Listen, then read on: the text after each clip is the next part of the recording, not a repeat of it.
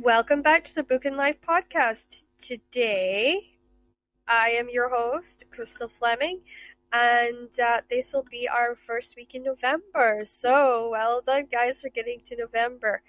Today, we've got, I think, one of the most amazing minds that I could possibly introduce you to. He's going to take us on a ride, such an educational ride, that I cannot wait. I just cannot wait to get him on and for you guys to all meet him. He is going to change our look on the world and on life in general, I think, with his amazing words. So before we get into talking with this wonderful man, I would like to do our little advert. This is for the Time Guardian series, Book 4 by Marianne Curley. And it's called The Shadow. The battle is over, the war is won, the prophecy complete, but life can't just pick up where it left off for Ethan. Struggling to cope with tragic loss, at odds with friends in the guard, he finds himself adrift, jumping at shadows, and sensing someone who can't possibly be there. Blaming herself for the goddess Athena's death, Giselle swears revenge, and vilify the immortals' plan for world domination, but Giselle hadn't planned on love, and that leaves her with an impossible choice. Should she follow her heart, or the strings of a goddess short on praise but high on expectation, who continues to pull her from the grave? As the guard and the order battle through the past and into an impossible future, darkness lurks around every corner. The fight for the world's survival rests with just one. Is it friend or foe who stands in the shadow? And just a reminder that The Price of Freedom by Rosemary Rao, the Roman-British crime series, has got part of its royalties being donated to the Ukraine crisis, and also her agent has donated her commission. So if you have a few pound coins, please make sure that you come over and pick up the book, The Price of Freedom, and help those who are struggling in Ukraine today. Now I'm going to welcome this man who I exceedingly admire and wish I'd known him when I was younger, and definitely wish I had somebody who could have taught me as well as he's teaching the world now. Please welcome Philip Ball. It's lovely to have you here. Thank you, Crystal. Lovely to be here. Well, I gotta say, I hardly ever had the opportunity to talk to someone who kind of dives into topics that I would never have really kind of gone into thinking about further than a textbook or what I learned in school. And I find it refreshing to meet an everyday sort of individual who can have a conversation and who writes science in a way that people can understand it and can kind of understand concepts that necessarily they wouldn't. So why don't you tell us about your latest book that you've released and why you came to write it and what sort of inspired you to tell us about, to come up with this idea and to educate us as a race about this. Okay, well, there are several books that I've just quite recently released for various reasons. I've been busy, I guess, during the pandemic. The one Which is good. Yeah, well, it is. I mean, I'm one of the lucky ones in that regard.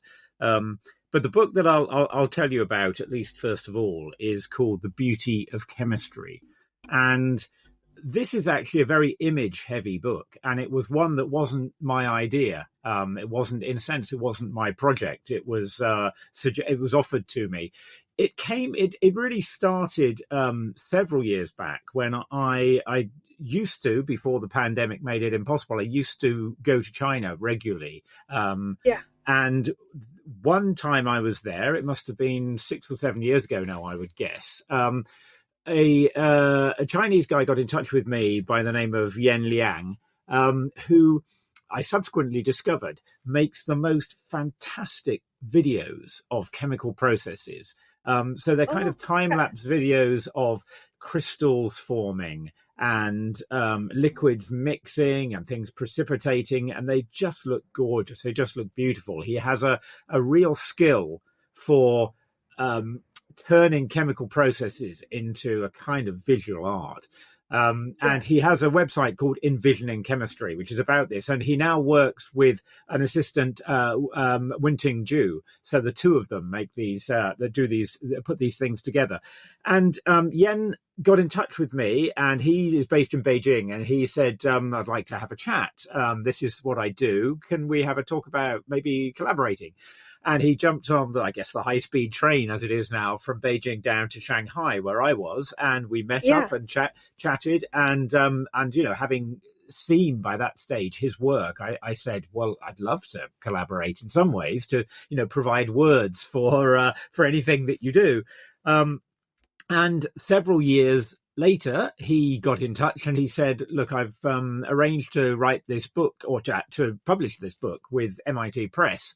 Would you do the words for it? And it'll be a book of our images, and you'll provide the text. So I jumped at that chance because I knew that, because of the wonderful quality of the images that Yen and Wenting were producing, I would feel inspired to talk about chemistry in a way that would be different from how I might do that in one of my own books, explaining chemical processes, that here I could feel a bit freer about it. So I wanted to say something about what we're seeing in these images, what the processes are and why they look the way they do, and perhaps what their relevance is to the broader world, to chemistry out in the world. But that I would be able to, I imagine, to do that in a way that was a bit more kind of lyrical and having a bit less of an obligation to, explain that in any detail the science. It was just to give you an idea, give the reader an idea of what they were seeing. So that's what we did, and it was a joy to do it. To be inspired by these images, to create a text that would just kind of place them in context. So that's how it came about, and it was also a joy to just be involved in something that looked so beautiful. That MIT Press, really did a fantastic job of making sure these images were printed on, really nice quality paper in glorious color. The book has this lovely sort of black paper background, which just brings out the colors so much more.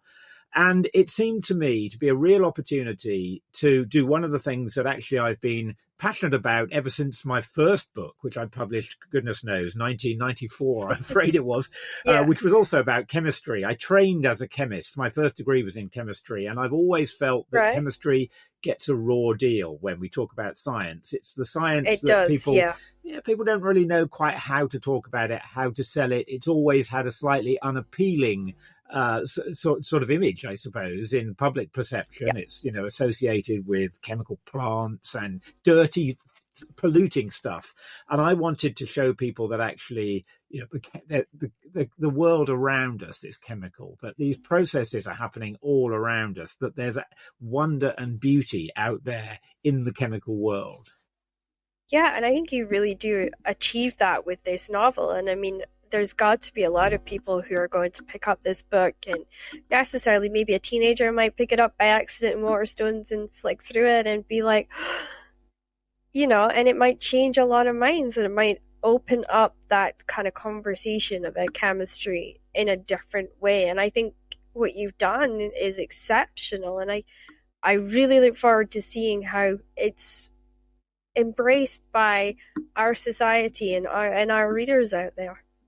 Well, I obviously would love that to happen, and I think that that approaching it visually this way perhaps creates the opportunity to open up a window on chemistry that people aren't always aware of, that people don't always see. But what I say in the book, and what I've always said about chemistry, is that not just visually, but in terms of our other senses too, chemistry is the most sensual of the sciences. I mean, Yeah, it obviously is. there are the smells as well, good and bad, but they are certainly evocative, and they're still evocative. To me, they take me back to my days, as an undergraduate in the chemistry labs.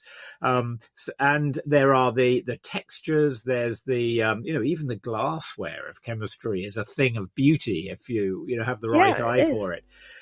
So I really think that that's what I wanted to open up, that it's, rather than seeing sort of ball and stick molecular diagrams, which we need sometimes to talk about chemistry, but rather than that, we're actually seeing, the stuff itself, the stuff that you see in a chemical laboratory, but displayed to you in a way that probably you've never seen it before. Yeah, and I think it's inspiring to see that, there's someone like you who wants to make chemistry not, and I know this is awful, but I'm 33 years old, and when I used to think of chemistry, I used to think of a stuffy textbook, being stuck in class and struggling to understand it and feeling like maybe the teacher doesn't quite understand how to explain it to everybody. So yeah, and I'm seeing a change in particularly the younger, because I worked in the school for a while. There is a lot of writers who are using chemistry in their novels, and it is inspiring kids to look at it more and be more open to that science and that subject, and making them less think, oh, that's, some stuffy idea, and making it more interesting and appealing. And I think science has gotten a really big boost with sort of like the Big Bang series as well coming out, has kind of increased the interest there for all of you to sort of be able to have a bigger platform to promote your sort of topics in your novels. Well, I think it's changed a lot the way we talk about science over the past, Yeah. certainly over the past 20 years, and changed very much for the better. In the UK in particular, if we go back 20, 30 years ago, when I kind of started writing about science, there was very much a sense that the public are too ignorant about science and we must tell them about it. We must fill them up with science. And this was the kind of attitude of what was then called the public understanding of science. And it was predicated on the idea that there was a kind of a void that needed to be filled with science.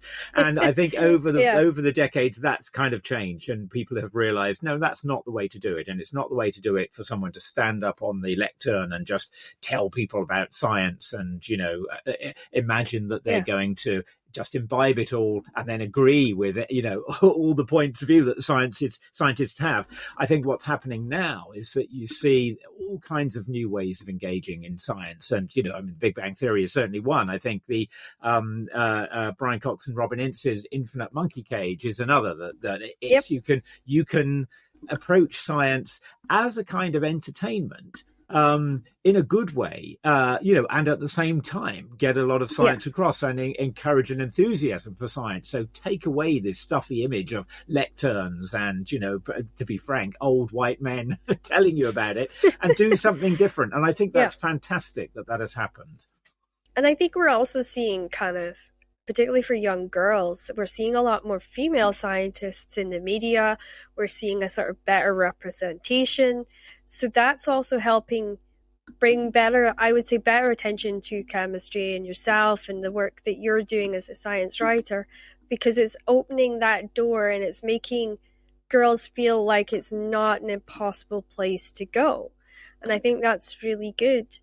I know, particularly for me, when it came to science, girls were encouraged to do biology and the boys were encouraged to do chemistry, and it was just, that was the way of thinking back then. And gosh, we're going back 15 odd years, maybe 16 odd years ago, but that was the way that our school operated and our school worked. And it's good to see that change now, where there isn't those barriers as much now, and people are being encouraged to try everything, and it's not just one set science for one set gender as well. Absolutely. I mean, that is absolutely true. But I think, sadly, we still have quite a way to go to improve that. Even today, we have these things are still said. I mean, just recently, there was a fuss with the government advisor kind of saying, girls don't like physics, which is utter nonsense. And it is, but you still have these ideas coming up. So you say boys were encouraged to do chemistry. I think it's even worse for physics. That the gender balance there there. And in certain areas of physics,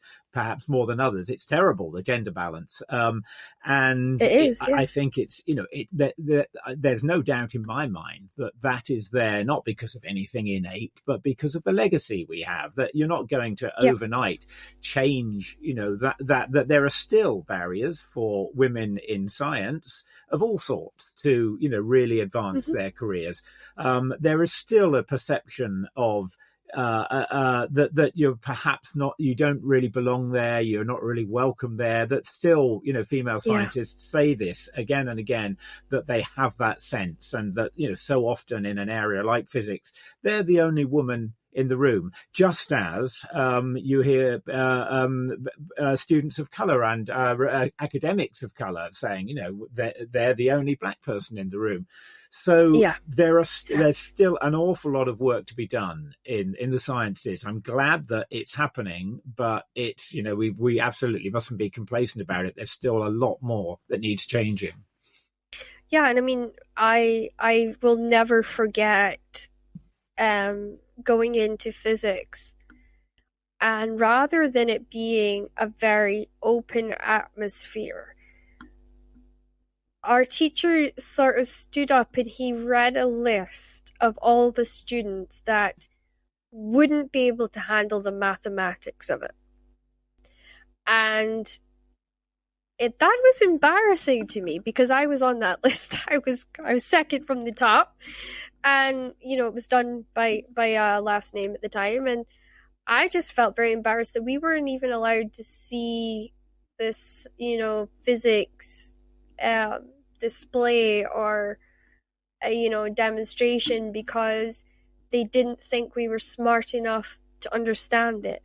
And I think there's certain attitudes with teachers that needs to change. Just because a student's got dyslexia doesn't necessarily mean that they won't thrive in areas of science. That they should be, coddled into what they call safer areas of science. I think that is an attitude that we as a society need to tackle as well. Absolutely. I mean, what a terribly sad and awful thing to hear that your teacher did that. I mean, that just sounds appalling, but it does make me think also, and I've just been actually writing about it today, about how if as a female student or a black student or a minority group of any sort, you go into a scientific institution, a university, and you see walls lined with the pictures of the greats of the past, and they're all white men, what a message that sends out, that Yeah. actually you don't belong here, you shouldn't really be here. And there are still people who say, well, these are just the people who we venerate because they're the greats of the past. Sure, what's wrong with having them on the walls? But it's really important, I think, to recognize that those messages, those subliminal messages, really have an effect on people entering institutions, and in the sense of telling them whether or not they belong here, if you like. So absolutely, that sort of thing has to change. And it's just not just first impressions either, to be honest, because I know people who have maybe been accepted to go to these institutions, and then they kind of sit back, and when they see other people going, and they think, did I just get in because I'm a minority? Did I just get in because I'm disabled? Or did I just get in because I'm from India? Or I'm from... that also needs to change, where I don't think we should have a box that ticks minorities. I don't think that should be something that universities are looking at. I think it should be a more inclusive attitude of, does this person meet the requirements of the course? Not what color are they, where do they come from, do they have disabilities, and what are those disabilities? Because that really oppresses people, and particularly students that are looking for these great opportunities and these great places to go. They don't want to feel like they're charity. They don't want to feel like they're given that spot for that reason. Yeah, no, absolutely. I mean, in what I as I say, I was writing a piece about these things today, and one of the people who I spoke to, a black female academic, formerly at Imperial College, um, was she made the very good point that she knows when she was in her position that she wasn't a sort of token, a diversity appointee. She knows Yeah, that she was there because she was good enough, but that feeling that other people are thinking that's why it is that you're here is all around. And so that's why it's important to recognize that there are historical reasons yeah, why she was the only person in her department who was black woman. yeah, And we need to understand those reasons. I think that it's very easy for people to kind of think somehow we're starting from a neutral position. Science is open; it's open to everyone. What's the problem? But there are very clear historical reasons going way back that have always made it harder, for someone like her to get into an institution like that. And it's really yeah, important that those are understood so that people, understand why it is that it's so rare that a woman of color is going to be in an academic, department, in an academic position, in a science department, perhaps particularly. yeah. And I think, I mean, I've sort of seen these children from a learning assistant perspective, and I think being in that role, and I kind of recommend this to people, who are writers, to go sometimes away for a portion of time and go into a job where you're working as a learning support assistant, or do you know what I mean? That gives you a fresh perspective on the world and on life, because it allows you to reconnect. Because sometimes as authors, we are isolated because we're always writing and we're always trying to do deadlines and we're always trying to do things. But if we take that time away and we live in a different role, we can learn a lot and take a new or fresher perspective into that environment. And when I was working with these children, I had this really young, smart girl who was very dyslexic in the terms of writing and note writing. And she said to me, she goes, if I had a scribe that I could take into my class in science, maybe I would be doing better. But she wasn't getting that support because there wasn't the funding there to provide that support. Mm-hmm. And I thought, I wonder what great things she could have done. Because she loved science. She really did love science. And it left me wondering, what great things could this girl have done if the government was actually giving the appropriate funding to the appropriate places? Not just handing education a whole bunch of money, but actually stipulating what the funding should be going to, and for somebody to be checking that the money's going to those areas. Mm-hmm. Yeah.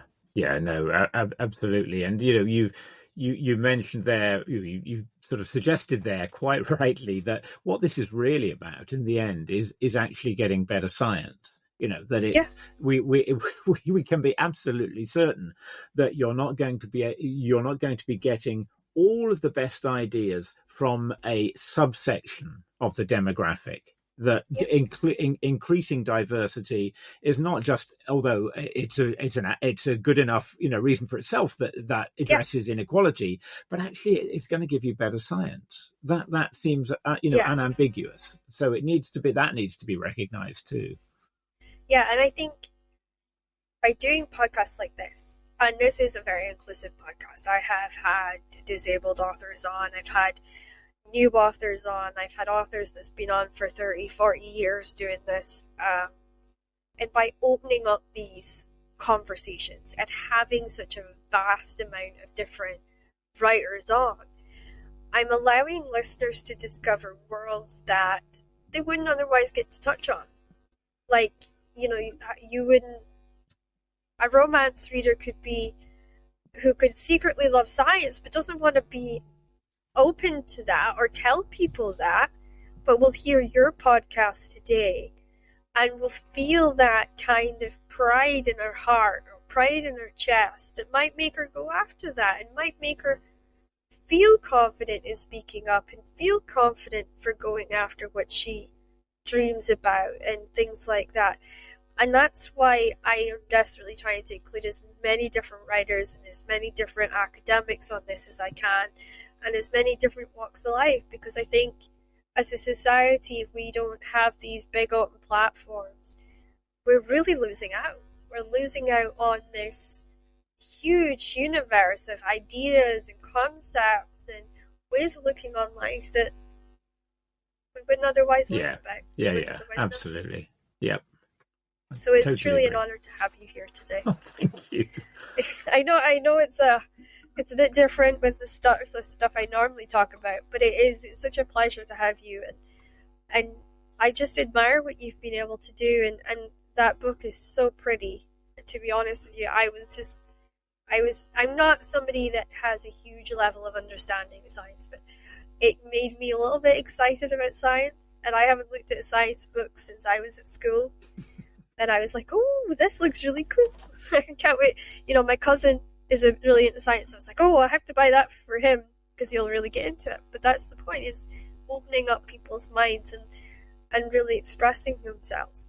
Yeah. You said that you have another book that's out. Is that The Modern Myths, Adventures in the Machinery of Popular Imagination?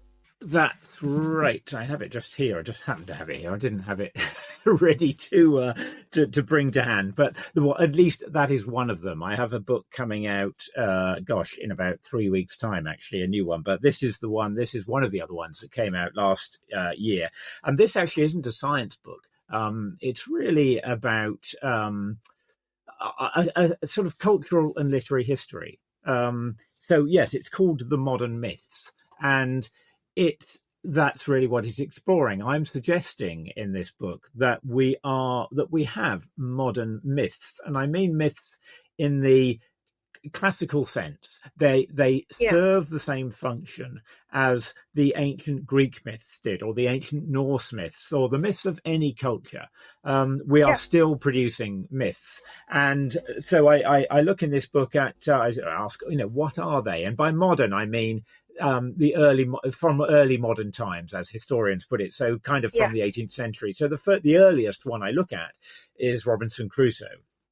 And the latest one I look at, because I think it takes probably half a century or so before we can be sure that a myth is established as such. The latest one I look at is Batman. So it goes from Crusoe to Batman, and it's looking at what are the stories that I think have this mythical status, why those stories, and what are they really about? And what I'm suggesting is that every culture has its myths, and that one of the big functions they serve, that they have served since ancient times, is as kind of vehicles to explore questions that can't be resolved, that we are anxious about, to explore our anxieties, our fears, our dreams as a culture, as a society. They are kind of vessels for doing that. And there are certain sorts of stories that allow that exploration to happen. And the ones that I cover in this book, I think, are all of that nature. And so they include things like Frankenstein, Jekyll and Hyde, the H.G. Wells' War of the Worlds, Sherlock Holmes. All of these, they're not about, they're not moral tales. They don't have they don't have a particular moral that you can encapsulate. They're ambiguous, they're messy, and for that reason, they become very good vehicles for exploring. In this case, in the case of these stories, exploring things that we are anxious about or fearful of, that are to do with modernity, with living in the modern world. I mean, the modern world since kind of imperial times, really, since the 18th century. And all of these, I think, are anxieties that didn't exist in the ancient world, and quite a few of them have to do with the ambiguities and the uncertainties that science and technology have brought up. And so there are absolutely aspects of the book that look at the history of science and technology over these times and how these fed in. I mean, Frankenstein in particular. But, I think in general, they are sort of dilemmas of modernity. And that's what these stories help us to explore. I really like that because if you look at how technology and so how society was changing, you can also see how crime changed.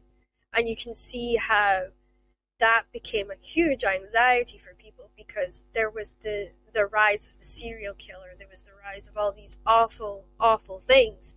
Um, and then, of course, science at some points got blamed for some of the awful things, with certain bombs and things like that.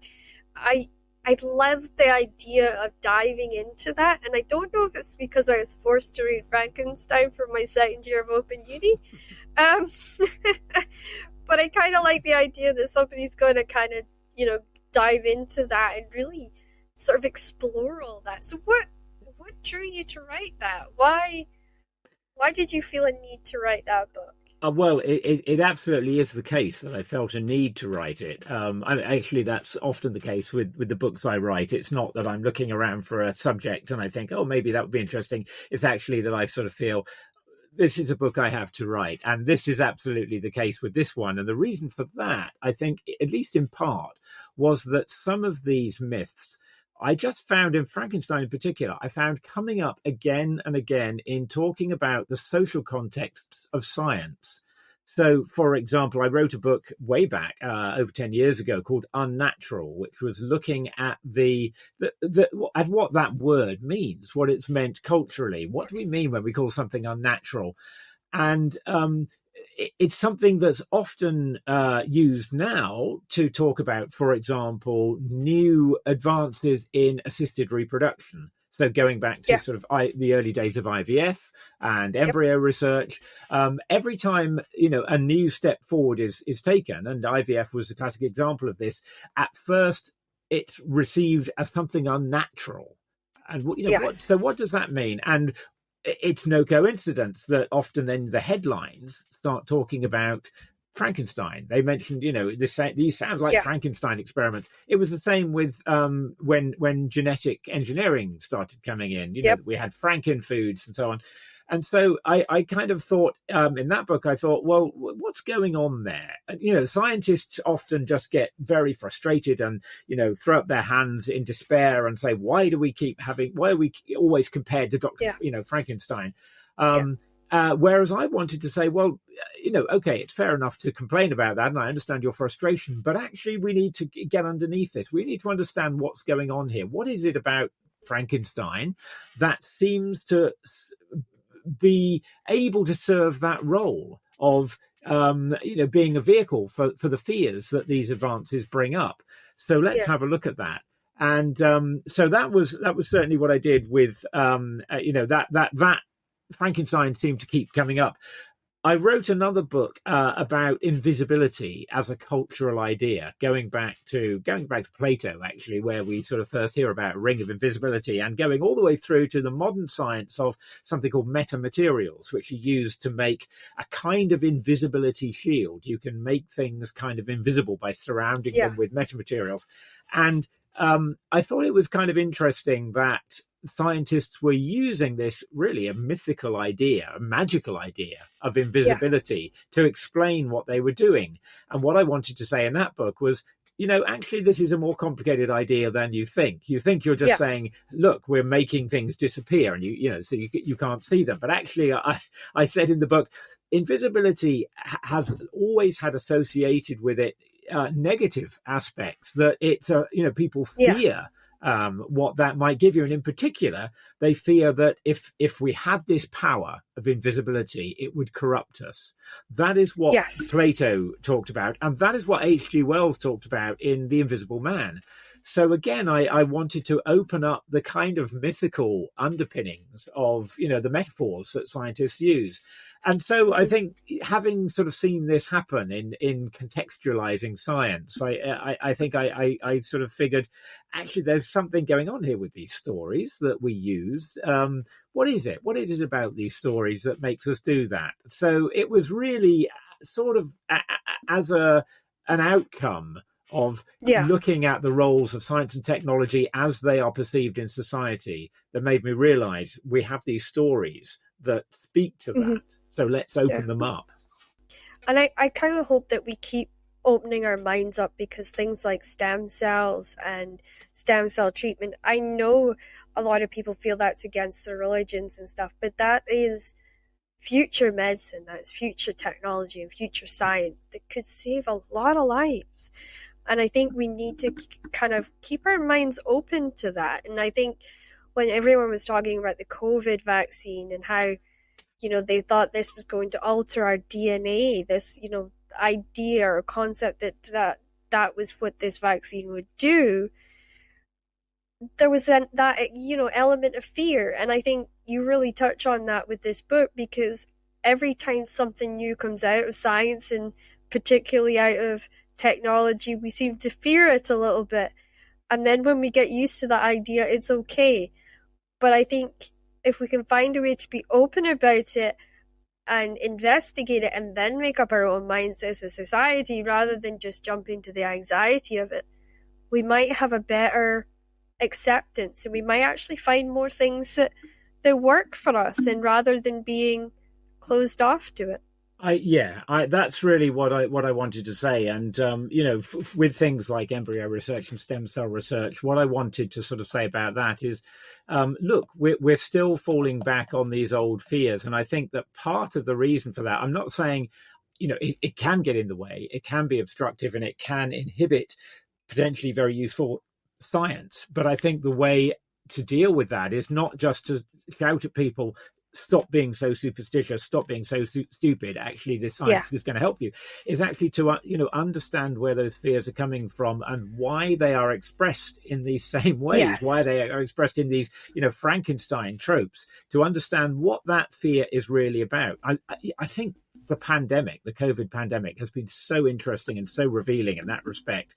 I mean, obviously awful in so many ways, but also very, very revealing, that the conspiracy theories that arose out of it were I don't even want to say medieval, because medieval makes it, it's often used as a pejorative term. Actually, I think the Middle Ages had a lot of interesting stuff going on, but medieval in the sense that it's the kind of thing that was talked about there, as except that then it was demons in the air, invisible demons, and it was the same thing, but reinvented, in a modern sort of secular context. And I think that's what technology and science actually does. It doesn't banish old superstitions. It creates new clothes for them, actually. And, in the case of something like COVID, I think one of the things I explored in my book on invisibility was the fears that arose when we discovered that there were microbes smaller than the naked eye could see, and then we discovered there were viruses that are even smaller, and they became the invisible enemy. So they were feared simply because they were invisible. We couldn't see them. We didn't know what they were up to. And I think that's very much that was very much around with COVID, not least because we didn't know how this virus was transmitted. It was invisible. We didn't know where it was, whether we were being exposed to it. And the fears around the vaccines were very sort of interesting as well. This notion that somehow that maybe COVID was being caused, first of all, by radio masts. That was straight out of the old sort of fears of invisibility, that, okay, there's an invisible thing, Wi-Fi or whatever it is, or radio waves that, why, maybe that's the problem, because we can't see it. And then with the vaccines, what's in there? We can't see what's in there. Maybe it's invisible microchips or something. So I think there's a very strong cultural narrative we have around that can be very easily tapped into, and sometimes was explicitly tapped into for particular agendas and ideologies, because it's it's already there. So I think the pandemic really showed us the potential dangers of these. Of course. These old ideas, these old cultural ideas that can just keep resurfacing whenever we face a new threat.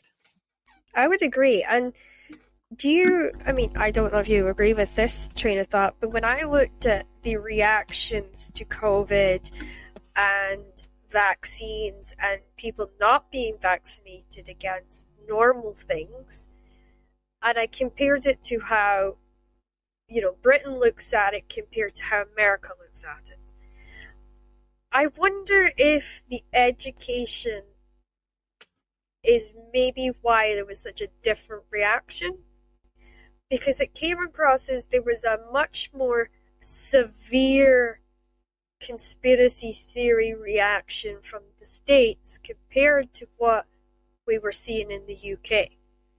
And I wondered on that, and then I also wondered on why it is that we as a society wanted to instantly blame somebody for the pandemic, because instantaneously, if you watch the media and the news, China was to blame, right? They instantly, everybody was blaming China. Oh, it's China's fault, right? So I wonder, do you feel like there's a difference between the education levels between some of the countries, and that was also something that played a part in how we all dealt with this pandemic, and how the vaccines were developed, and how we approach the science and the sort of technology aspects of that? Well, I think education will have played a part, and I think, I guess really, one has to sort of face the fact that the whole political polarization that is particularly, of course, strong in the US. We're seeing it in the UK as well, but in the US, it's so extreme that the country is barely able to function politically anymore, and it's a really tragic thing to see. And it really is, yeah. And the truth is that there are correlations between the polarization that we see and levels of education. Obviously not complete, but it is definitely there. So that's part of it. I'd be wary of thinking, well, then education is just the fix, and we just have to, give people better information and educate them better, and then all those problems will go away. I don't think it's going to be as simple as that, but I think that is absolutely an element in that mix. But it's obviously much more complicated than that, and so much more mixed in with broader ideologies that probably go beyond education. So what you can make people believe in terms of conspiracy theories and so on, might well have something to do with their level of education. But I think the polarization that is happening there, and happening to some extent here, probably speaks to something else as well. It almost seems to speak to a sort of fundamental outlook on the world, and also, frankly, to inequalities. Exactly. That people who feel for very good reason that their voice is never heard, that they're always ignored, that they're powerless. That was so much an aspect of the Brexit debate here. And it was so much an aspect of the left-right polarization in the US, and that's a real problem. And absolutely not one to be solved by saying, well, the other side is just too stupid, and they need to be better educated. So it's a very complex thing.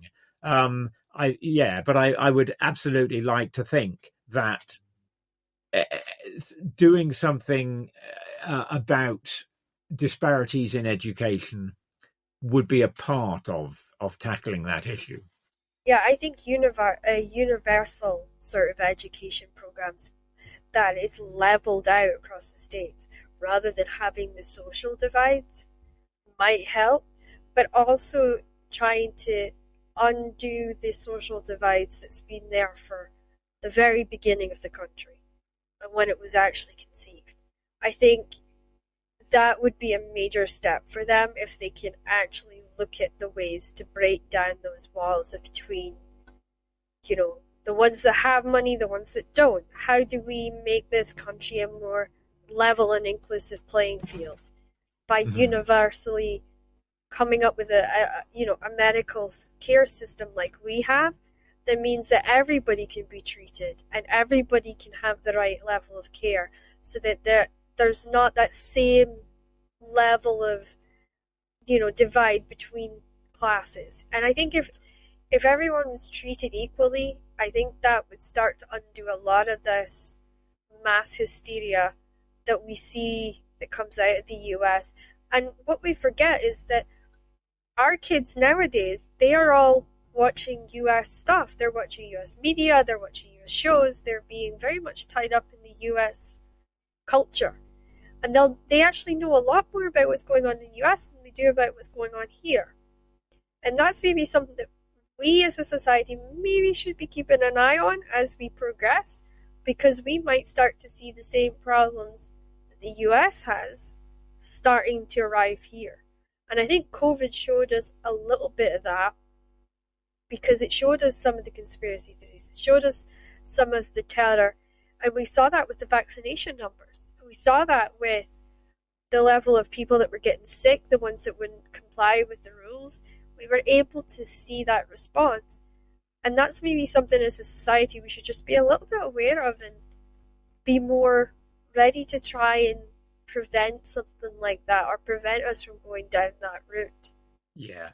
No, absolutely. I think that it was just so striking how correlated COVID risk was with socioeconomic level, with inequality. I think that's one of the things that, because since the beginning of 2020, it felt like, certainly for that year and most of 2021, I felt like I was writing about nothing else but COVID, and it was an interesting time to be doing that. But one of the things that I always wanted to stress, because this was kind of seen as it was a kind of a scientific problem, and it was easy to see it as having a scientific solution. We've just got to invent these vaccines, and test them fast enough.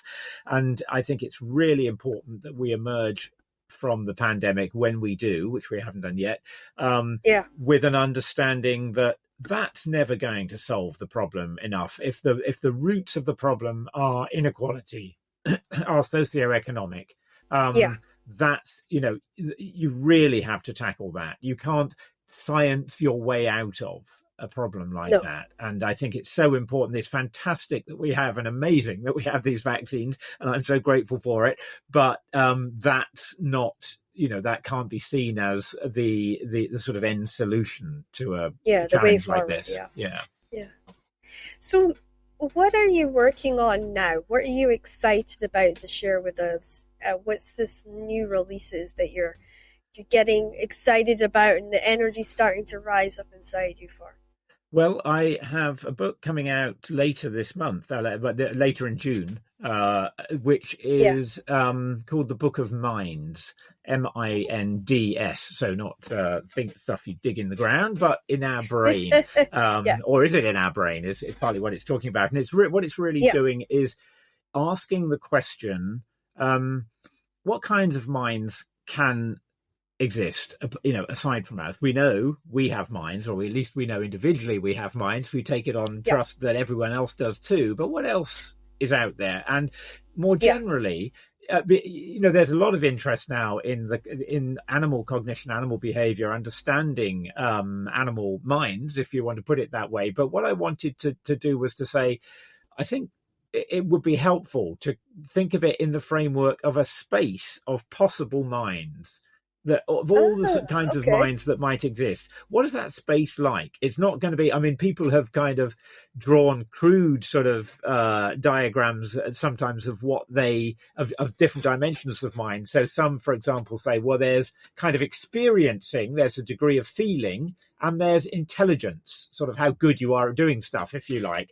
And, so those are two kind of axes, two coordinates of the space of mind. So we can place humans in there somewhere, and we can place, babies in there somewhere, and dogs and cats and bats and octopuses.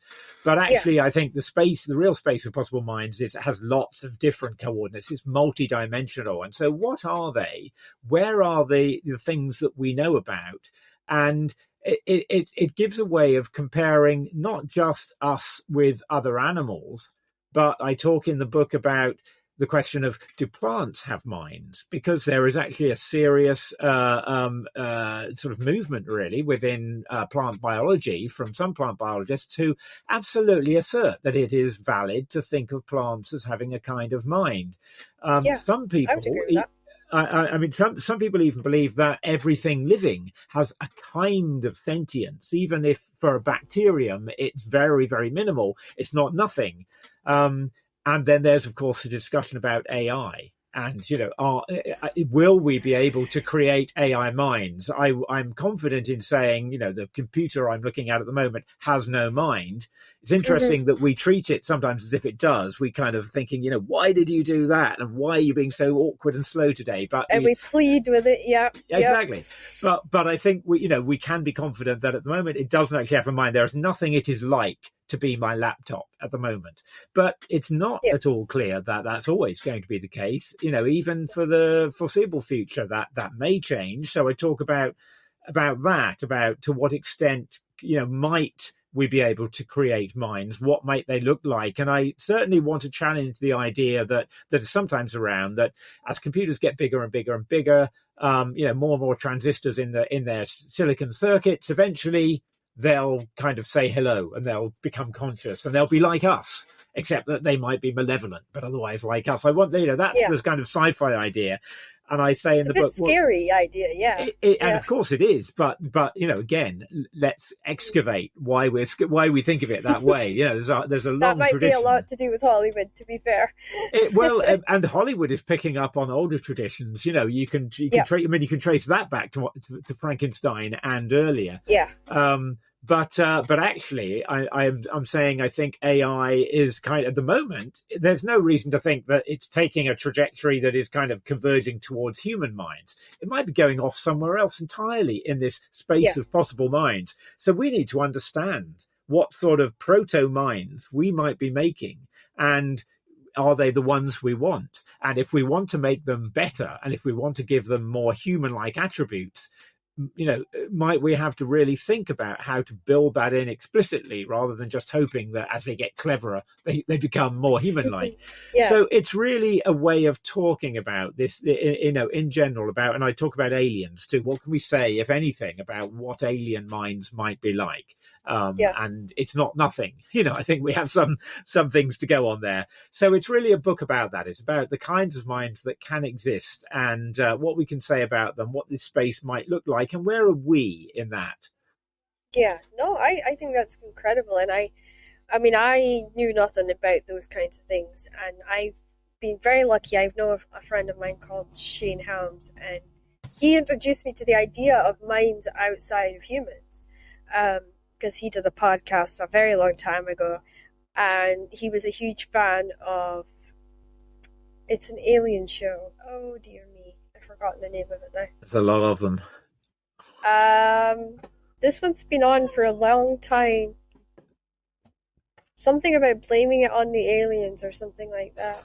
I don't think I know that one. There are a lot. That doesn't ring any bells. Yeah, but that was the idea that, aliens created the pyramids and all this kind of stuff. Okay. And he really opened my mind to the idea that, there could be other mindsets out there, and there could be things all around me that's thinking, and I'm just not on the wavelength to pick up that sort of, to recognize that mind, and also to know how to communicate with a certain mind like that. Mm-hmm. And is minds meaning that we have a way to communicate with one another, and how important is that in correlation with a mind itself? So what made you want to dive into this topic and write it? Well, this was one of those books too that I realized, oh crikey, I'm going to have to write this, even though it's a huge subject. And it really came out of I was asked several years ago, really going back now, by a science magazine, if I would write an article that kind of looked a little bit at attempts to open up the black box of today's AI, which, it works mostly, but we're not quite sure why it works. We know what we're doing in building them, but we don't really know about the modes, if you like, the modes of cognition or the modes of reason, or even you might even want to call it the modes of thinking that AI uses to turn an input into an output. So, there is work on trying to understand that. And I had started digging around in this area, and I wasn't really getting anywhere because I was finding it hard to find people who were really able to engage with this in a sort of broad way. and I kind of left it sitting on the shelf, and thought, maybe one day I'll write that. But it kind of stayed in my mind, and I kept sort of thinking about it and thinking about how that relates to, and then actually what happened. I mean, probably this was an element of it that several years ago I had what's called a brain organoid grown from a piece of my skin, Oh, which is okay. basically what it means is you take a little biopsy, but it's from my shoulder, and so it's really kind of skin and the flesh from the top of your my shoulder, Yeah, and those cells were transformed in a petri dish. They were transformed back to stem cells and yeah. then grown into neurons, and the neurons Oh, start to organize themselves into what looks like a little tiny brain, a bit like what a brain might look like in a developing embryo. Not quite like yeah, that because it's not in an embryo, but it's not just a mass of growing cells. It's actually organized in some way. And this is called a yeah, brain organoid, or some people call it a mini brain. And people had started thinking, I mean, these are used for research, and it was really interesting, seeing that happen to a bit of me. But people have started to think, well, as we get better at making these things, and if we're able to give them a blood supply and they can get bigger and they can be more brain-like, is there going to come a point where we have to start thinking, what's going on in there? And might there be some awareness in there? And if so, what does that mean ethically? What responsibilities have we got to it? So, yeah. there's another kind of proto mind that we're actually growing, and we're doing that now. What could that be like?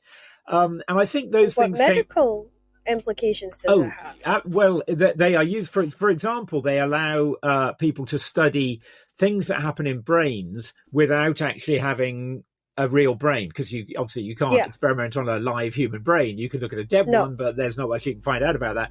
So people are using them for example, people who did this at University College London, who did this to the bit of me, they're using them to try to understand Alzheimer's, and they're looking in particular at yeah, they grow these brain organoids from people who have a genetic predisposition to early onset Alzheimer's, and they yeah, hope to be able to see, as these mini brains grow, to be able to see what might go on in them that leads to that condition. So it's that of kind of course, thing yeah, is being done.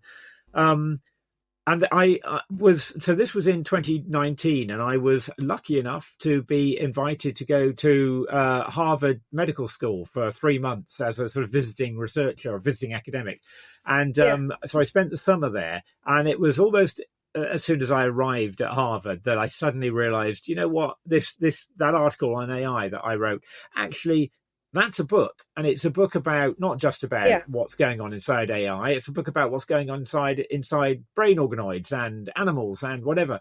And yeah, being at Harvard was perfect, because that Harvard and MIT in the Boston Cambridge area is just a hub of people who are in that intersection between yeah. behavioral science, cognitive science, neuroscience, and AI and robotics. And they're all talking to each other in a really interesting way.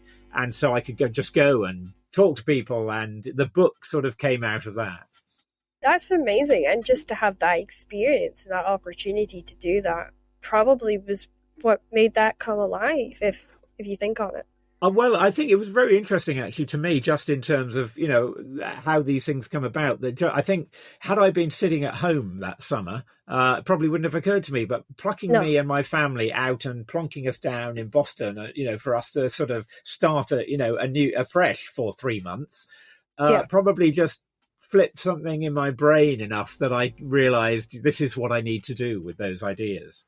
Yeah, exactly. And I think that's incredible. It's an incredible experience. And that's why I actually encourage a lot of writers to go to new places just to retreat almost, so that you can go, and sometimes it will shake loose a book that people might have just tossed aside and said, oh no, that'll never happen, or oh, I can't write it, because you never know where going somewhere new can actually bring something forth and help complete something that might be missing, whether it's inspiration, whether it's the people around you, whether it's the atmosphere.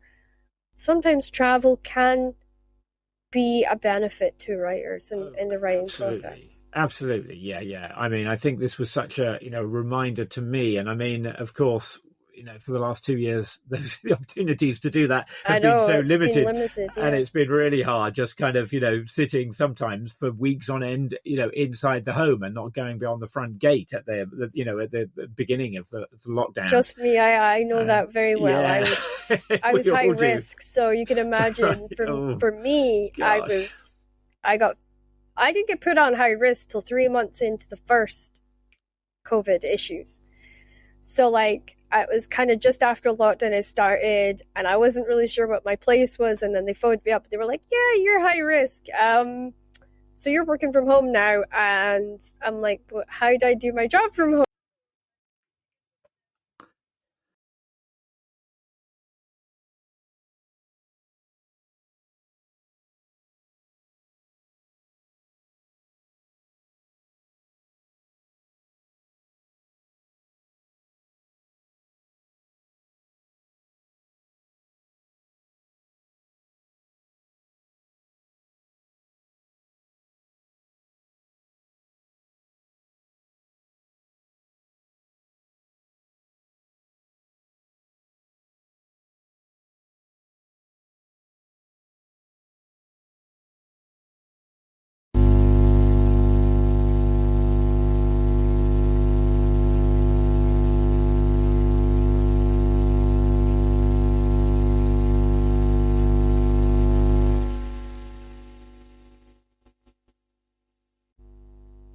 And so I was in that awful position of being a learning support teacher and then having to adapt. And I just moved to Shetland. And then my husband moved up to Shetland and he lost his job opportunity because of COVID. So it was almost like we had to reevaluate and start from scratch. And now he drives buses and I went back to writing full time because even though COVID is sort of moving away from being, an everyday obstacle and government supported and things like that, I'm still in that situation where I've got to treat it for the rest of my life like I'm going to be a high risk person. But I don't just have that. I, on top of it, have to be aware that I'm a sepsis risk too. So, yeah, it was a huge change for me as well. So, I mean, I can't imagine what it would be like for someone like you who, needs to travel to experience things and to learn and to speak to other really strong academic minds. Did you become very in touch with the Zoom technology? Yeah.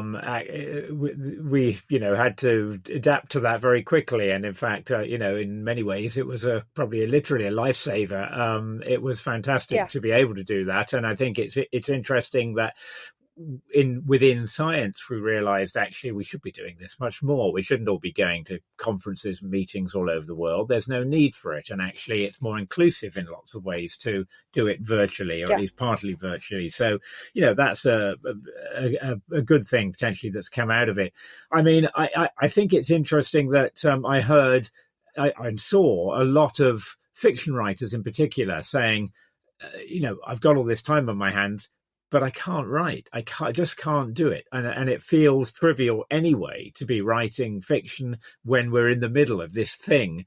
And I felt very lucky, as with the job that I do, that actually, as I said, it was actually a source of work because, as writing about science, you had to be writing about this stuff that was happening. So I certainly wasn't blocked by it in that way, but I did absolutely miss the opportunity to get out and visit people and visit labs and see new things and just take your mind out of this space that I was perpetually in. I think that's incredible, and I think it's really good to hear that you were having that ability to sort of be reminded of your place and to be, oneself and the strength of oneself and the strength of oneself's mind. I think that's pretty incredible. So we're going to go into the book portion of this podcast, and we're going to be talking about books that you've read, and sharing sort of a little insight to all of the listeners out there about things that you might be reading and things that might be part of this inspiration of your life. So the first question is, what is the book that you've read most recently that stuck with you the most? Oh, most recently. Now that's a challenging one. Because what I would say, one of the books that has stuck with me the most all along, but I probably read it 20 years ago, is Primo Levi's If This Is a Man. Okay. I mentioned that because, as I'm sure a lot of people will know, Primo Levi trained as a chemist. Probably his most, as well as If This Is a Man, his most famous book is The Periodic Table, which is probably the most beautiful, elegant book ever written, sort of about chemistry, but it's really about Primo Levi's his little incidents in his life. He writes so gorgeously, but I think If This Is a Man, the account of his experiences in Nazi concentration camp as an Italian Jew is one of the defining works of the 20th century, and it. I know of nothing else that speaks to that unthinkable experience in a way that is, in some ways, sort of not exactly dispassionate, but it's very calm, it's very measured, and at the same time utterly devastating in what it tells us about that experience. And I feel that if there was a list of essential books that everyone should read, then I would absolutely put that on the list, even above Primo Levi's Periodic Table, although you should read that as well. But If This Is a Man is one of the essential documents of the 20th century. The next question is, if you had infinite time and you could just sit and read and enjoy what you're reading, who would you pick and why? Okay. At the moment, I would. The problem I have is that I review a lot of books, and I'm reviewing several at the moment, and I always feel I've got to be getting on with them. And I'm quite a slow reader when I'm reviewing because I want to read carefully enough to do the book justice and savor it. And so what that means is that reading stuff for pleasure is actually quite hard, particularly if it's long. And so I bought Hilary Mantel's The Mirror and the Light probably at the start of the pandemic. I'd read the previous two in the Thomas Cromwell series, and I still am only on sort of page 70 or 80 of this massive, great book. So if I had the time, if I had, and it's so gorgeous. So I would love the time just to be able to read that. But beyond that, I mean, there are just so many books. I always tell myself I'd love to have more time to read. I need to read all of Dickens in a lifetime, but is it possible to do that? They're so long, they're so wonderful, but they're so long, and there are so many of them. And so I think I'd certainly like to get more get that further along. That would be a challenge for the year if you wanted to do a really hard readers challenge for yourself. You say, right, okay, January 1st, every day I'm going to read X amount of pages of a Dickens novel, and then try and stick to it and see how many Dickens you could actually get done in a year. I could. I mean, I suppose my fear, if I did that, was that it would become a chore. It would become something I would have to do, and it would take the enjoyment out of it. But I don't know, how. I mean, I've got to be realistic because the pile. I mean, you can sort of see behind me, really, the pile of books that I need to read, is always going to be so much bigger than the pile that I can physically manage to do. And there's obviously lots of reading I need to do for my own writing as well. I know the feeling. I've tower of Pisa next to my bed that could kill us one night if it fell over. And these are just the classics that I talk about. There are so many great contemporary writers. I mean, in a way, I wish that people would write books like Claire Keegan's Small Things Like These, where because you can read, even I can read that in 2 days, and it's exquisite. And I wish there were more like that. But I'm very glad when they come along.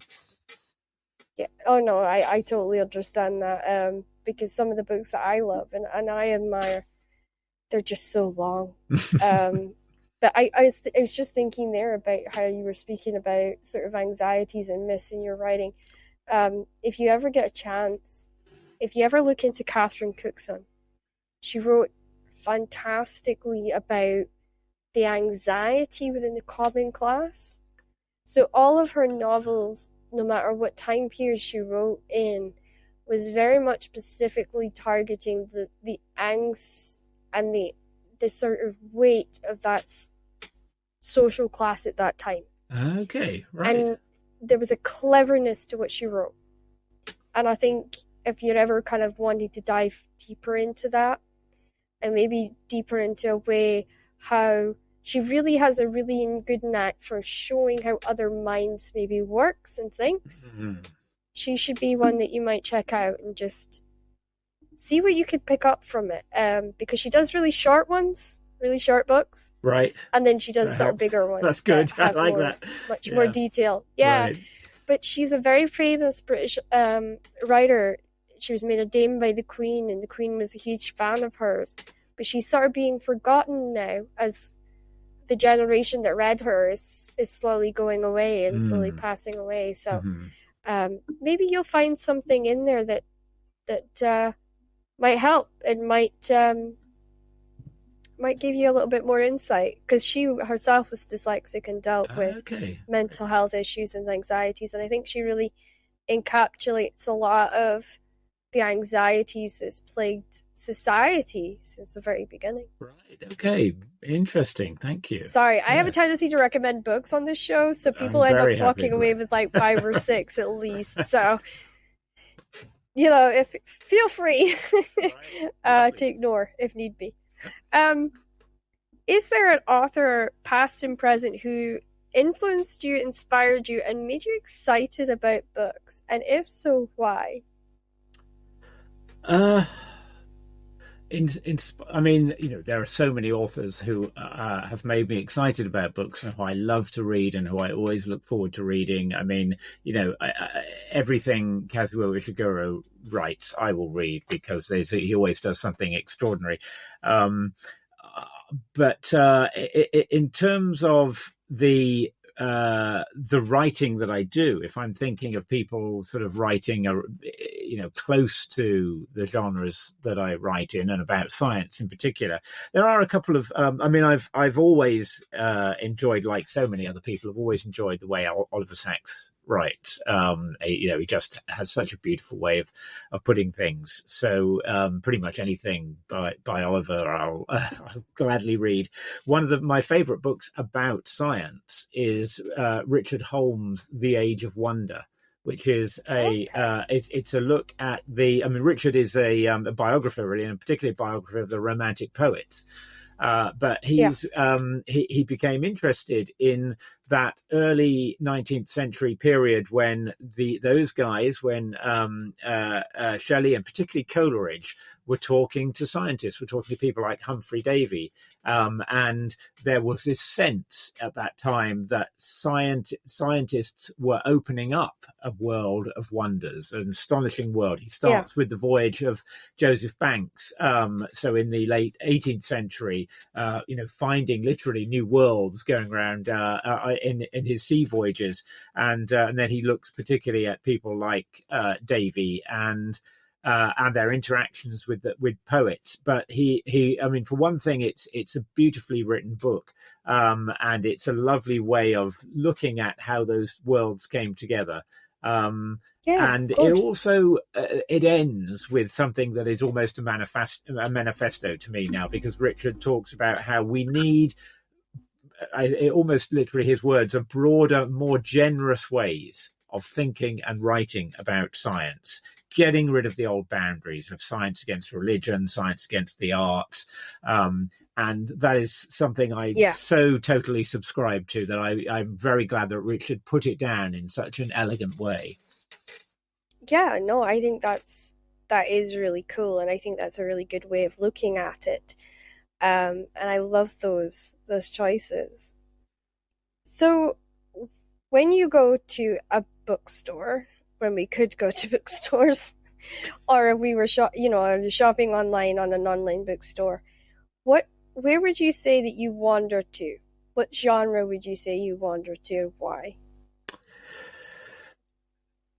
I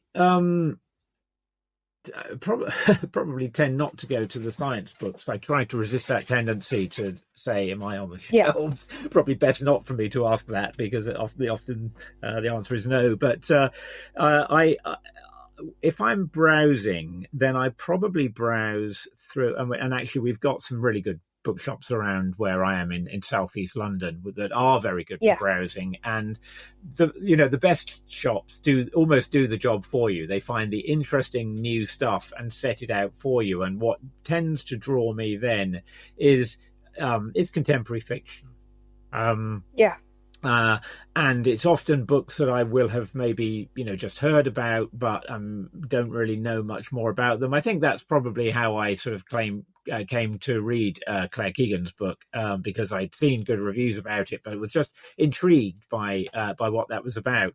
One thing I found just recently, that I had a sort of spell, and I'm probably still in it in some ways, of wanting to read books. There seemed to be a whole bunch of younger female writers who were writing short stories that were weird, and I just loved the way they were doing things. So Daisy Johnson, for example, was writing stuff like that, and I'm struggling to remember her full name now, but Carmen Machado and Suzanne Schwaber. VH Swab? Sorry? VH Swab? No, I should. I mean, you'll be able to edit this in, but it's. Let me just get the proper name, because I should do, but it's too long since I read it. Let me. Don't worry, I always forget the authors. Yeah. I mean, it's terrible. I remember the titles, but I can never forget the authors. Okay, here we go. So it's Samantha Schweblin. Right, okay. And she is originally she writes in Spanish, and and so her book's translated. A Mouthful of Birds was the one that I first came across of hers, and it's full of short stories that are just really strange and striking. Yes, Carmen Maria Machado as well had some. Had a collection that was really striking called Her Body and Other Parties. I guess that's by way of saying, I think, to my mind, some of the most interesting writing in fiction seems to be coming from young female writers who are writing in a very strange, weird. I mean, there is this genre of weird, and that's very much what they're doing. And so I found that very appealing. I do love how you say weird. Like, that's the best description you could of it. I find that so it kind of tickles my sense of humor. I know it is weird and it is strange, but I just love the fact that that's the term you've chosen. It's almost. It is used now. That I don't know whether those writers would be quite classified in that, but the new weird really is kind of. China Miéville is another one who writes in that genre, and his stuff is fantastic too. Yeah, no, I totally agree with you. Has there ever been a book that you've picked up and you've wondered, why did I start reading this? There have been one or two books that I didn't finish. Normally, I'm quite a kind of conscientious reader, in the sense that if I've started, I feel like I ought to finish. But there have been one or two that I haven't. Should I name them? Is that terrible to say what they were? No, you can name them if you want or not. It's up to you. I've named ones that, like, I got caught by 50 Shades of Grey, and wasn't what I thought I was picking up, and it just wasn't my cup of tea. So I donated it to somebody. Oh, very wise. it caught me by surprise, and I should read blurbs, and I know I should read blurbs, but there's a lot of times where I get given a book and I don't read the blurb and I just start reading it, and Right. I get Yeah. caught out that way. Yeah, well, I mean, one that happened to that, I won't feel too bad because this book did so well and so many people love it, is Birdsong by Sebastian Faulks. Okay. I do feel bad about that because then later on I found myself on a quiz team with Sebastian at a pen quiz night, and Sebastian was so lovely, and I never actually Yeah. mentioned that I didn't finish Birdsong, and people have said to me, you got to persevere because it really gets so wonderful, and so I know that I ought to, and one day I will go back to it. Of So I'm course. not Yeah. going to judge it on that experience alone, but for it was one that I just thought, actually, you know what, the protagonist in this is irritating me so much that I'm just going to stop. So who knows? I'll get there one day. I know that feeling. No, there's often books that I pick up and I think, "Oh, Crystal, what did you do thinking about this?" Mm. So I've learned the lessons of that, and I am going to not repeat that. I hope. Um, so yeah, no, I actually fully understand that. Moving into the writing portion of the podcast, the sort of, this is where a lot of young writers, a lot of young academics will probably tune in just to check this out. But what draws you to the areas of science and to the material that you've written about? What made you excited to get into writing about science and all these different things? Well, I guess I mean, I trained, as I say, as a scientist, first as a chemist and then as a physicist, and I'd always sort of been channeled really towards scientific subjects at school. So in a way, I was already in science. Yeah. When I will only, I hope this is true to say, I will only write a book about a particular topic if I feel I have something to say about it. I Yeah, of won't, course. I mean, yeah, it's good that you say, of course, because I think that sometimes what does happen in science writing is that people think, and this is a perfectly valid way to approach it as well, that people might think this is a really interesting area. There's lots of good stuff happening here. I want to tell people about it, so I'm going to, popularize it and just explain it to them. And I think that's a very valid Yeah. reason for writing a book, but for me, that's not enough. Or at least that's not the motivation. I shouldn't say it's not enough. It's not the motivation. It's only when I think, actually, yes, I think I have something to say about this that I hope is worth saying, I hope is interesting, but I want to say it. It's then that I'll write about it, and that's what I talked about with the Book of Minds. That I suddenly realized actually there is a way of talking about this.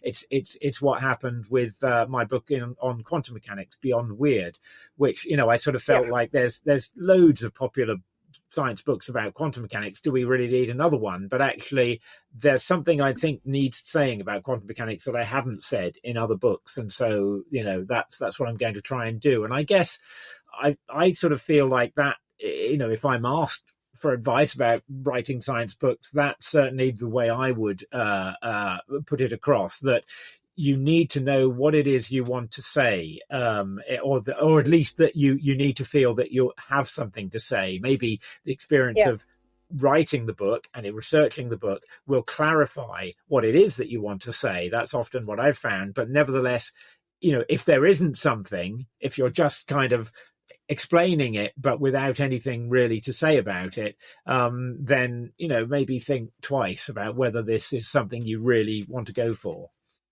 Exactly. And I think it's important for every writer to be writing something that you can't live without telling, and you can't live without expressing. So I think that's a really good answer, to be honest. And I think it's a very important answer to have. What what are your dreams for your novels? Um what things do you look forward to the most in writing? And where would you like to see your novels end up? um I guess. I mean, to be honest, I don't give it so much thought about where the book is going to end up, what is going to happen to it after I've written it, because as I just said, that if it's something that I feel I just want to and really need to say, that's the motivation, and all I can hope for in doing that is that maybe it'll resonate with some other people, that some other people will get something out of that. But that, of course, that's not something I can control. All I can do is to try to express that, as clearly as I can, and hope that it works. But in a sense, I was taught a good lesson about that quite early on in writing. I think it was maybe the fifth book or something that I wrote, called Critical Mass, which was about the use of ideas from physics to try to understand social systems. And there was a point when I'd almost finished drafting that book where I kind of thought, why am I doing this? No, who's going to want to know about all this stuff? I'm just fooling myself. But nevertheless, I kind of think it's interesting, and so I'm going to do it.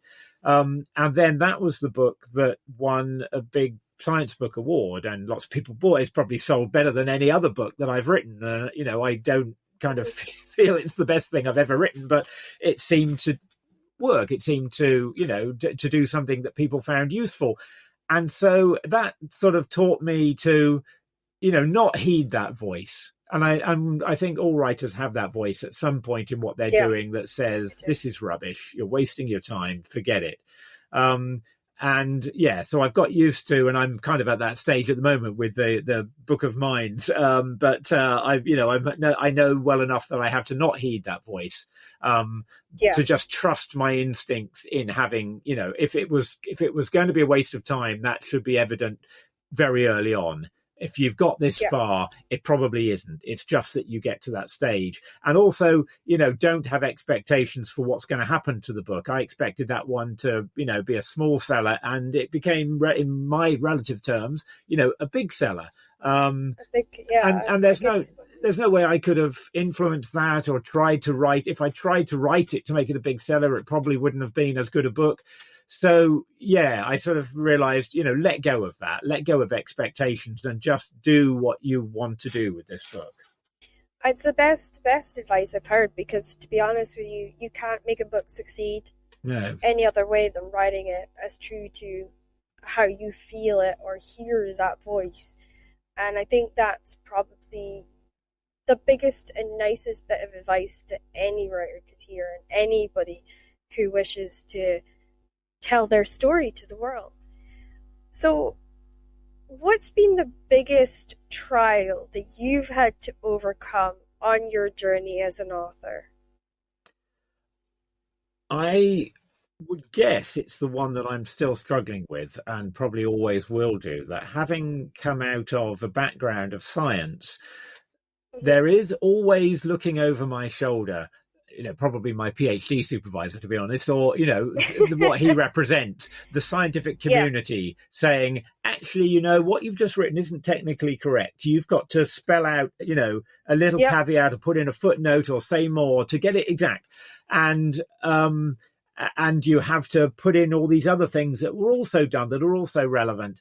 And that's something I really struggle with, knowing that for the audience that I'm writing for, I have to let go of that. I have to let go of the sort of scientist in me wanting to be exhaustive and probably exhausting, and wanting to, put in all the caveats.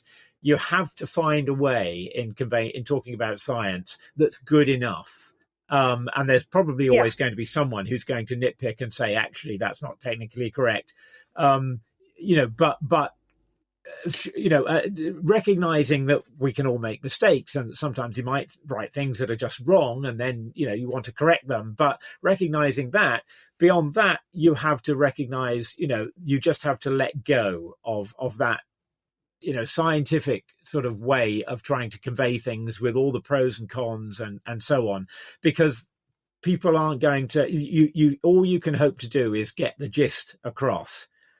So Yeah, of yeah, course. and I think, as I say, that's still something, that I see myself in my writing. I struggle with that. I try to be maybe too exhaustive, and not recognize that, okay, this is enough. This is good enough to get across my point. I think a lot of authors have that. It doesn't matter what genre you're in or what you're writing. You always feel like you're not competing, or putting in that detail or putting in that one thing that is going to make it a big blockbuster. And we live under this horrible, crushing pressure that we have to make money for the publishers every time we put something out. And I think there was a writer that said it best. Writers have to remember that we are the voices of freedom, and we are free to write what we feel and believe.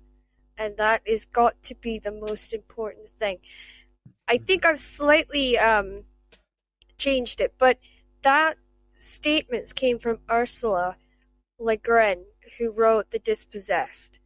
And she was a real big believer in, she wrote science fiction, but she was a really big believer in writers had to remember that they were the voices of people. We were the voices of the world, and we could not forget that, and we couldn't let publishing control these voices and manipulate the voices to suit what the market said or what a market is. Yeah. Well, I'm glad you mentioned her. Ursula Le Guin she features quite a lot in my book of modern myths. I've never seen anything that she's written that I didn't profoundly agree with. I think everything she writes is full of wisdom. So thank you for that one. And I'm not just a romance reader or a sports romance writer. I am sadly very well educated sometimes in books, because obviously my condition made it impossible for other things, so books kind of had to become my best friends in a lot of cases. So do you live in your writing kind of life? Do you go from the I have the next subject from moment to moment, or do you kind of like schedule out your year of, I'm going to write this for this part of the year, and then the next part of the year I'm going to write that? Or do you not go with a schedule at all? It's a mixture, actually. It is a juggling act because, as you'll know, as any writer will know, writing books isn't a lucrative thing unless you're, one of the tiny J.K. handful Rowling. of people. Yeah, exactly. So, the books don't pay the bills. I mean, frankly, I sort of split my time probably about 50-50 between writing books and doing journalism.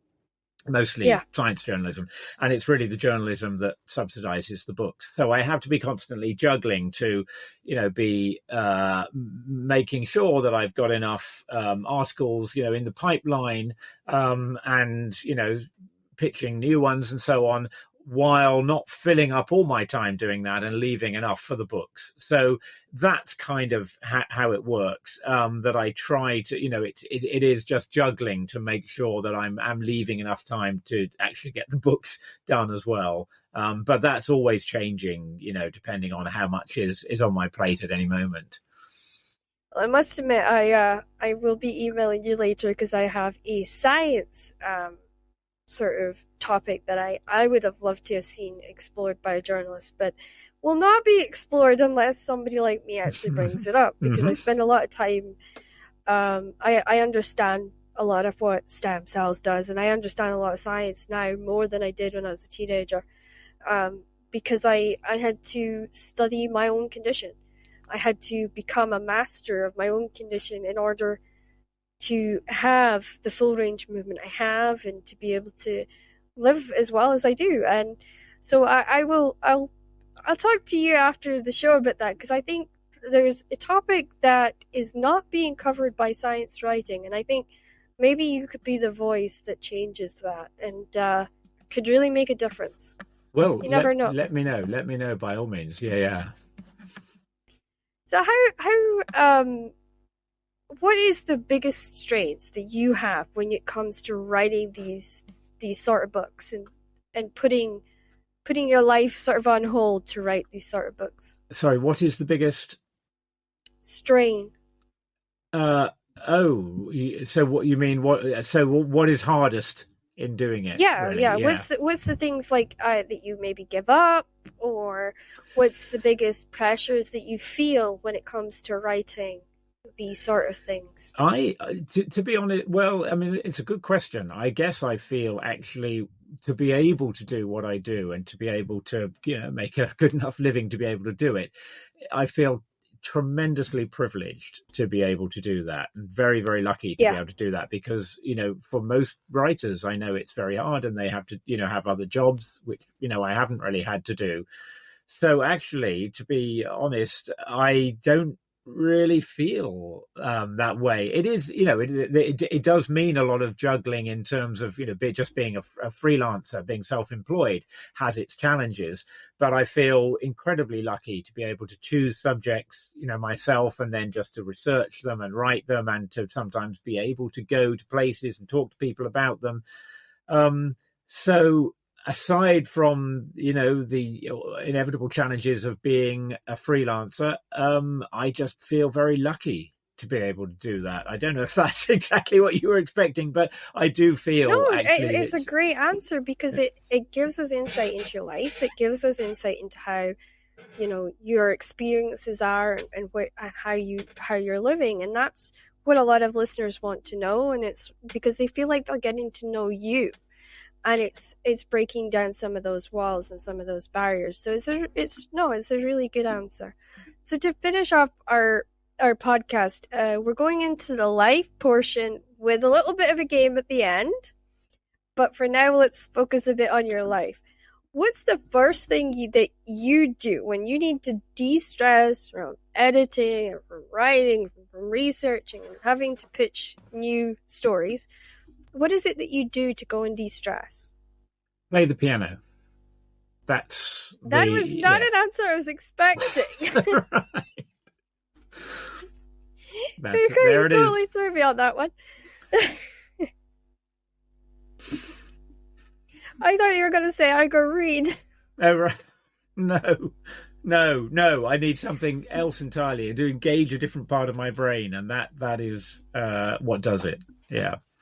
Well, that's great, because some people, they have to be with nature. Some people, they have to go and do something else that's creative to almost slow them down to that point where they can relax. So that's really good, and it's really good for your mobility and your fine motor skills. So that's really cool. What hobbies do you enjoy, and what ones do you wish you could explore more if you had the time? I enjoy music of all sorts. So I'm primarily a piano player. I play guitar and saxophone and accordion. So I love just making music in whatever ways possible.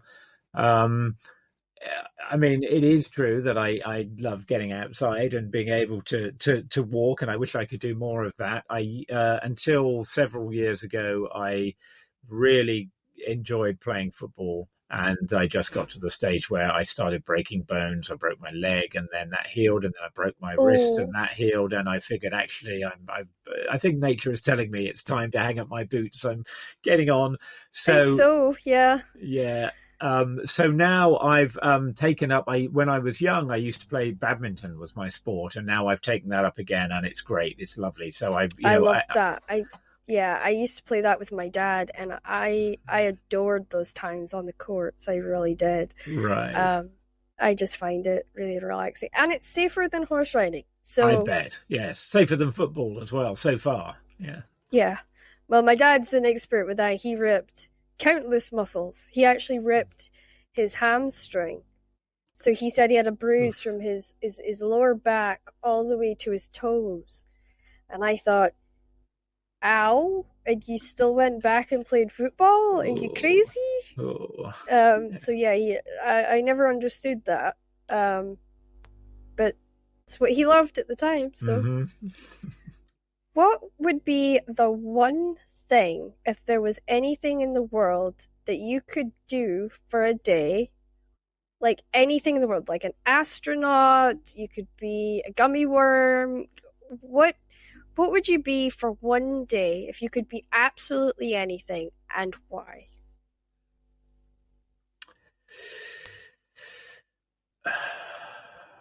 It's not an My, easy one, that one, is no, it? my first inclination was to say concert pianist, which I know I never will be. But I actually then thought, well, that's actually a terrifying experience. I mean, I know Yeah. concert pianists and know how stressful that is. I think what I really meant by that is to have that ability, but not to have to perform in front of a crowd full of people, to just be able to play. So it would probably be something to do with music. I mean, that's actually my Yeah. alternative life, really. The other life that I never led was as a musician of some kind, and I don't quite know of what kind. And if that meant, if by wishing I had the ability as well as the desire, that would be wonderful. Well, I highly recommend, if you love music like that, there's the folk festival in Shetland that you should try I would to love attend that. sometime, I would because love that. it's truly an amazing experience. But if you go up any time during the winter and you go to this little pub, and it's a little pub just up a lane, they have live music in there every night, and you've got accordion players, and you've got fiddles, and you've got guitarists, and they all get together and they just have a jam session. Mm. Just they Mhm. go with it, and the music isn't written down. They just hop on in and they just go for it. And that is probably every musician's dream, just to experience that and to have that moment of fun Yeah, and to yeah, enjoy it. So yeah. I mean, I recommend that. That's always a good one. That sounds fantastic. I myself have idiopathic rheumatoid arthritis, and that makes me slow down and appreciate the day. What makes you smell the roses? What makes you slow down and appreciate the day?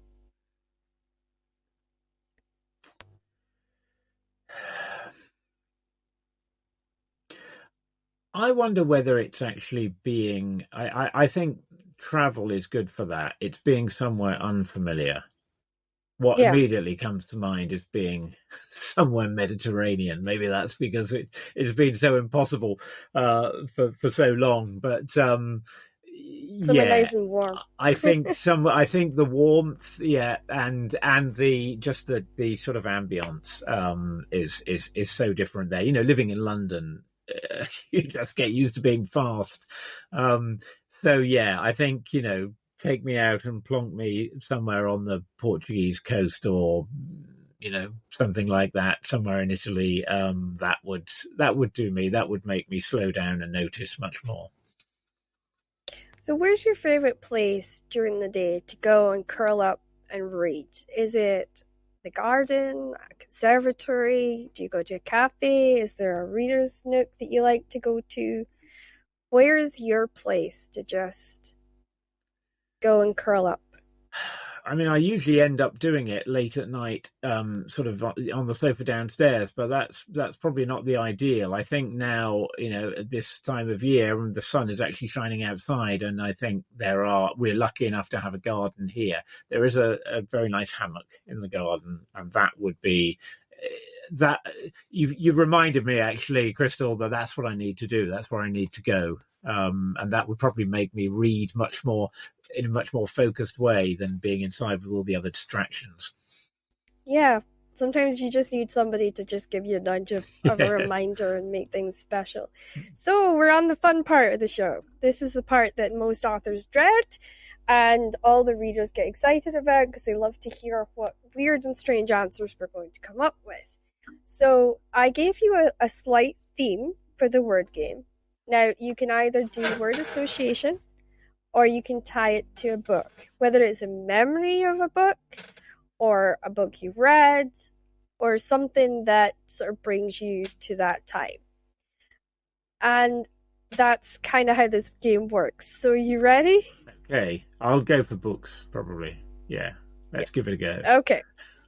So your first word is Dettol. Dettol. Oh, God. Why does that come up? Okay, I've just got to go with it, haven't I? The Wasp Factory, Ian Banks. I like that. It must be the sterile smell of Something. antibiotic smelling.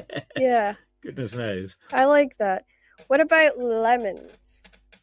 Oh, yeah, lemons. Oh, now they're, yeah. Okay. Lemons.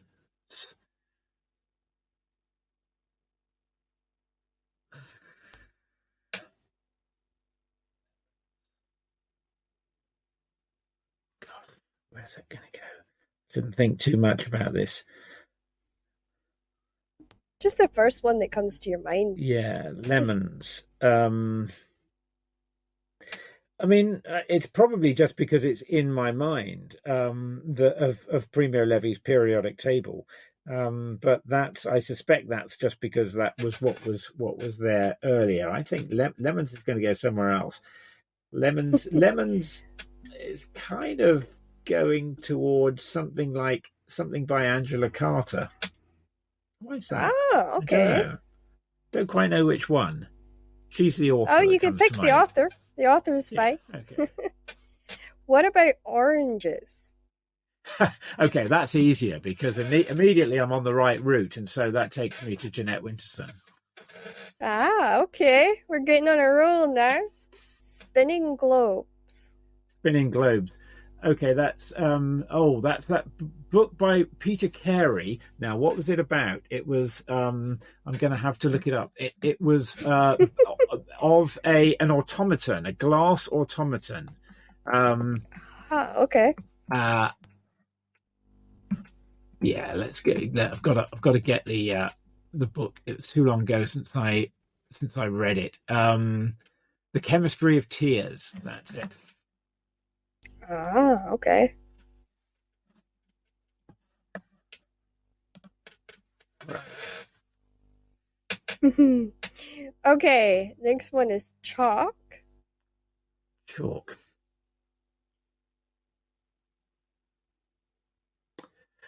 Yeah, okay. I mean, there's a logical connection here because that is Stoner by, what was the author's name? John, do you know the book I mean? Nope. He's a let me look that up because it's obviously because he's a kind of lecturer at an American university by John Edward Williams. Yeah, Stoner by John Williams. And your last one is marker pens. Okay, that immediately is, I think, maybe Breakfast of Champions by Kurt Vonnegut. And the reason for that is that I immediately think of Kurt Vonnegut's graphs of storylines. If you've never seen the video of him talking about his storyline plots, then you should find it on YouTube. It's fantastic. I definitely will. Yeah. Well, that's it. You've survived the word game. Phew. You know, it makes some people sweat. I have heard that. It made some people sit on edge. But I actually gave you quite a classroom theme with all the words. Like different smells and things that you would have in a classroom. Right. Just because when I looked you up, I got the very lectury English Oxford kind of feeling, which is, I don't know why, but that's where my mind went. And that's where the word game words came from. But it's been such a deep honor to have you on today. It really has. And I think the listeners will have learned so much from you. And we would love to invite you back. So next time you got a book coming out, please feel free to email me and we'll get you booked in and you can come back and share more with us about, the book and about what you've been getting up to. Because I know the listeners will be excited to hear from you and excited to hear how your journey is going. Thank you so much, Crystal. It's been lovely talking to you too. It's been a great pleasure. It's been an absolute honor. So stand by next week, guys, because we have a literacy agent on the show, and he's going to be explaining to us what life's like as a literacy agent. So stand by for that, and I'll see you all again next week.